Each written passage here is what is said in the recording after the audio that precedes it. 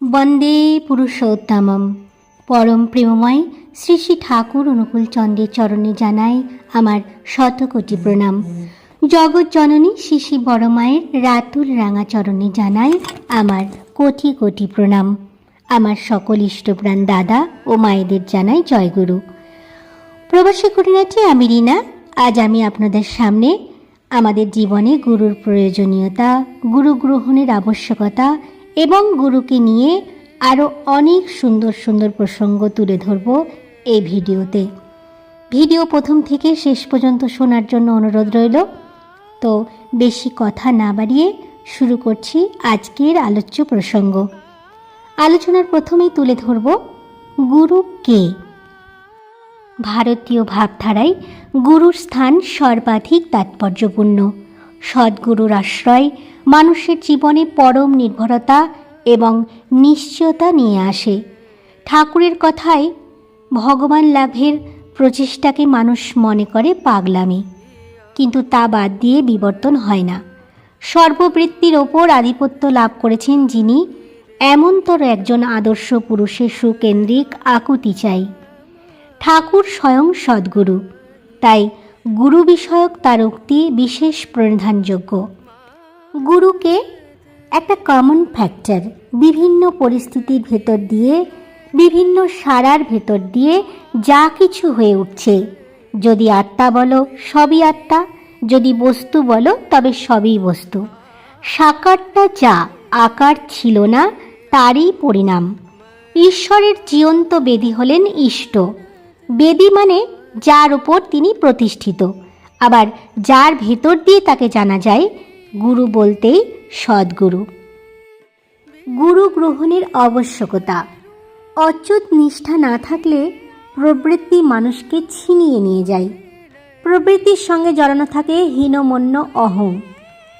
তা যে কাকে কখন কোন দিকে ঠেলে নিয়ে যায় তার ঠিক নেই, কিন্তু নিষ্ঠা থাকলে তার সার্থক বিন্যাস হতে থাকে, তা ধীরে ধীরে সুনিয়ন্ত্রিত হতে থাকে। নীত না হলে কেউ নেতা হতে পারে না। কেষ্ট ঠাকুর স্বয়ং ভগবান, তিনিও গুরু গ্রহণ করেছিলেন। আদর্শকে না ধরে সত্যিকার বড় কাজ কৃতকার্যতার সঙ্গে করা মুশকিল। অশোক গুরুনিষ্ঠ হয়ে কি বিরাট কাজ করেছিল তা তো কারোর অজানা নয়। অটল বিশ্বাস এবং নিষ্ঠা এই আমাদের সম্পদ। এই সম্পদ থাকলে মানুষ বাইরের সব কিছুকে ব্যালেন্স ওয়েতে ইউটিলাইজ করতে পারে। এনভায়রনমেন্ট সুখের সারাও যেমন দেয়, দুঃখেরও তেমনই দেয়। নিষ্ঠা না থাকলে দুটোই অ্যাডজাস্ট করতে পারে, নচেত সাম্য বজায় রেখে চলে বড় হওয়া ঘটে ওঠে না। বেত্তা গুরুর প্রয়োজনীয়তা। বেত্তা গুরুর প্রয়োজন। বেত্তা মানে যিনি জানেন। ব্রহ্মবিদ ব্রহ্মব ভবতি। ব্রহ্মজ্ঞ গুরুতে টান চায়। তাতে টান থাকলে আমি চোর ডাকাত ভালো মন্দ যাই হই না কেন, সব কিছু নিয়েই আমি তাতে সুকেন্দ্রিক হয়ে উঠি এবং তাতে আমার চরিত্র নিয়ন্ত্রিত হয়। গুরুর প্রতি অনুরাগ ছাড়া মন বিক্ষিপ্ত হয়ে পড়ে, আর অনুরাগে ব্যক্তিত্ব বিকশিত হয়ে ওঠে। সদ্গুরু চেনার উপায় কি? তাকে যত ভালোবাসি আপনিই প্রমাণ হয়, আপনি আসে, কাউকে জিজ্ঞাসা করতে লাগে না। ভালোবাসায় চিনিয়ে দেয় চাবিকাঠি ওখানে। ভালোবাসাই সুকেন্দ্রিক করে। ভক্তি বলো জ্ঞান বলো সবই একই। গুরু পুরুষোত্তম ভগবান। গুরু তিনি যিনি উপদেশ দেন, জীবন বৃদ্ধির পথ ও নিয়মকানুন বাতলে দেন। পুরুষোত্তম মানে বেস্ট ফুলফিলার। এই তো সোজা কথা। ভগবান মানে ঐশ্বর্য বীর্য যশ শ্রী জ্ঞান ও বৈরাগ্য, এই 6 গুণ যাতে আছে তিনি। ভগবান কথার চল এইভাবে ছিল, যেমন ভগবান মনু, ভগবান যাজ্ঞবল্ক্য ইত্যাদি। ভগবান কথার মানে ইংরেজিতে লর্ড, যাকে বলে প্রভু। গুরুতে সক্রিয় আবেগ। ভক্তি শুধু ইমোশন নয়, অ্যাক্টিভ ইমোশন। ভক্তি যদি সক্রিয় না হয় সেবা যদি উপচে না ওঠে তবে তা ভক্তি নয়।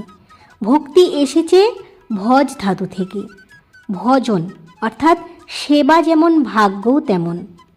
ভক্তির ভিতর দিয়ে যার যেমন ভাব তা ফুটে ওঠে এক সমন্বয়ী সামঞ্জস্যে। অনুরাগই আমাদের জীবনের আসল সম্পদ। সক্রিয় অনুরাগের পাত্র যার যেমন, তার চরিত্র অনুরঞ্জিত হয়ে ওঠে তেমনভাবে। আসল কথা, আকাশের ভগবানে অনুরাগ হলে চলবে না। আমার বাইরে একটা মানুষ চাই, তাতে অনুরক্ত হলে আমার ভেতর একটা অ্যাডজাস্টমেন্ট আসে। তা থেকে আসে জ্ঞান ও প্রজ্ঞা। বিভিন্ন প্রবৃত্তির মধ্যে একটা সার্থক সামঞ্জস্য না আসলে প্রজ্ঞ জিনিসটা গজায় না। কোনটা কোথায় সার্থক হয় সে সম্বন্ধে একটা বিহিত দর্শন থাকা চাই। অচ্যুত গুরুনিষ্ঠা। অদ্বৈত বলো আর যাই বলো, অচ্যুত গুরুনিষ্ঠার মতো জিনিস নেই। অদ্বৈতাং ত্রেষু লোকেষু নাদ্বৈতাং গুরুনাশাহ। বোটাটা ছিঁড়ে ফেললে ফলটা গাছের সঙ্গে থাকে কি করে?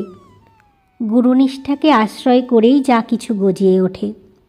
লেখাপড়া, আত্মশুদ্ধি, ধান পান ইত্যাদির জন্য যেমন চাষ লাগে, ভালো মানুষের জন্মের জন্য তেমনি চাষ অর্থাৎ বিধি ব্যবস্থা লাগে। সাধারণ মানুষ মনে করে যে এর বিশেষ প্রয়োজন নেই, কিন্তু এটা একটা মস্ত বড় ভুল। মানুষ প্রবৃত্তির ঘোরে চলে, রাশ টানতে জানে না। কোথায় রাশ টানতে হয় বোঝে না। গুরুর সঙ্গে যুক্ত না হলে এ বুদ্ধি ফোটে না। সর্বদেবময় গুরু। আমরা লাখো ভাগে বিভক্ত। কৃষ্ণকে মানি তো রামকৃষ্ণকে মানি না, রামকৃষ্ণকে মানি তো শ্রী চৈতন্যকে মানি না। লক্ষ্মী পুজো করি, নারায়ণ পুজো করি না। সীতা পুজো করি রামকে বাদ দিয়ে।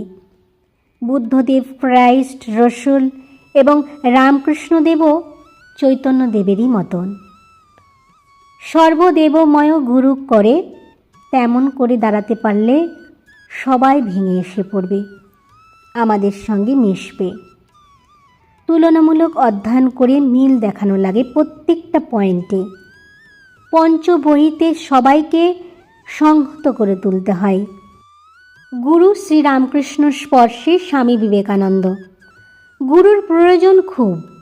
শিবাজি রামদাসের প্রতি ভক্তি থেকে যা করে গেলেন তার তুলনা হয় না। সেই দিনকার মূর্খ বামন পরমহংসদেব দক্ষিণেশ্বরের মন্দিরে বসে থাকতেন, মা মা করে ডাকতেন, নাচতেন, গাইতেন। পাগল মানুষ আনন্দে বিভোর। বিবেকানন্দ তার স্পর্শের অধিকার পেয়ে যা করে গেলেন তা কি কল্পনায় নাগাল পাও? গ্রহদোষ খণ্ডনে সদ্গুরু। সদ্গুরুর চলন অনুযায়ী তোমার চলন হবে যদি সুকেন্দ্রিক হও। এতে অনেক রদবদল হয়ে যেতে পারে। সূর্যকে কেন্দ্র করে যদি গ্রহ নক্ষত্র ঘোরে তা যেমন সূর্যের দ্বারা প্রভাবিত হয়, সূর্য আবার যাকে কেন্দ্র করে ঘোরে তার দ্বারা আবার সূর্য ও গ্রহ নক্ষত্র প্রভাবিত হয়। পুরুষোত্তমের অনুসরণ। পুরুষোত্তমই জাতির জীবন, তার অনুসরণ আমাদের প্রধান করণীয়। ঋষিকে বাদ দিয়ে ঋষিবাদের উপাসনার বিশৃঙ্খলা সৃষ্টি করে। শক্তি জাগ্রত করার উপায় কি? শক্তিকে জাগ্রত করতে সুকেন্দ্রিক, স্বার্থান্বিত হতে হয়। শক্তি জাগ্রত হওয়া মানেই সুকেন্দ্রিক হওয়া, অন্তরাশী হওয়া। চরণ ও চলন। চরণে লুটিয়ে পড়া মানে চলনে লুটিয়ে পড়া, তার চলনে চলা, তাহলেই সে লোটানো সার্থক হয়। সত্য সন্ত পাবক পুরুষ। সত্য সন্ত যখন আসেন তখন একজনই আসেন, পরে যারা আসেন তারা বানায়ে হুয়ে সন্ত।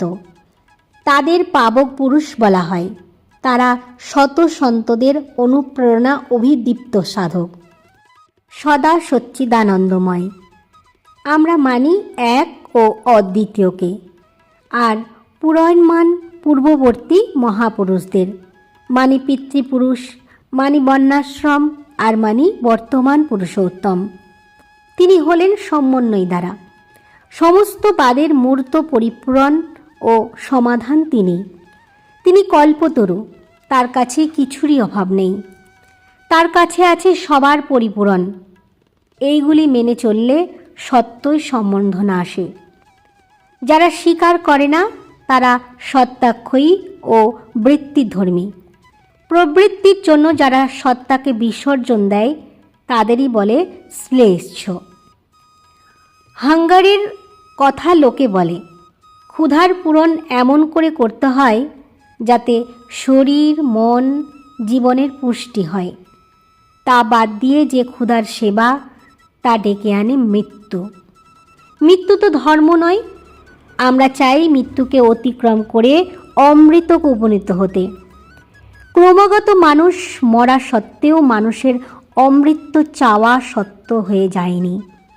তাই আমাদের ঋষিদের সন্ধান। ভগবান লাভের প্রচেষ্টাকে মানুষ মনে করে একটা পাগলামি, কিন্তু তা বাদ দিয়ে বিবর্তন হয় না। বাঁচতে যদি চাও বা বাঁচতে যদি চাই, সর্ববৃত্তির ওপর আধিপত্য লাভ করেছেন যিনি, এমনতর একজন আদর্শ পুরুষের ওপর সুকেন্দ্রিক আকুতি চাই। তাকে পূরণ করতে গিয়ে, প্রীত করতে গিয়ে আমরা শুধু সত্তা সম্বন্ধনাতেই অধিগত করি না, তার চাইতেও বেশি কিছু পাই। জীবনের তাৎপর্য কী তা বুঝতে পারি। এই বোধ ও জ্ঞান শুধু ব্যক্তি জীবনের অনুভূতির ভিতরেই সীমাবদ্ধ থাকে না, তা মানুষের চিন্তা, চেতনা ও কর্মশক্তিকে অনেক দূরে এগিয়ে দেয়। তা শুধু ভেতরে নয়, বাইরেও। ব্যক্তির একক জীবনে নয়, তার পরিবেশ সহ অনেকের জীবনে এক একজন যুগপুরুষোত্তমকে অবলম্বন করে এভাবেই যুগের পর যুগ মানুষের বিবর্তন এগিয়ে চলে।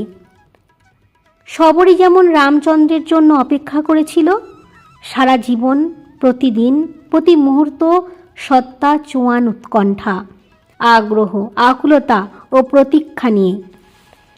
গাছের একটা পাতা নড়লেও সে যেমন চকিত দৃষ্টিতে চেয়ে দেখত, বুঝিবা প্রভু এলেন এবং এই অন্তহীন প্রতীক্ষার শেষে একদিন তার শেষ নিঃশ্বাস যেমন বিলীন হয়ে গেল রামচন্দ্রের কোলে মাথা রেখে, আমরাও তেমনি চলেছি সবরীর মতো অমৃতের সন্ধানে। আমাদের মন বলে আমাদের সত্তার প্রতিষ্ঠা অমৃতত্বে।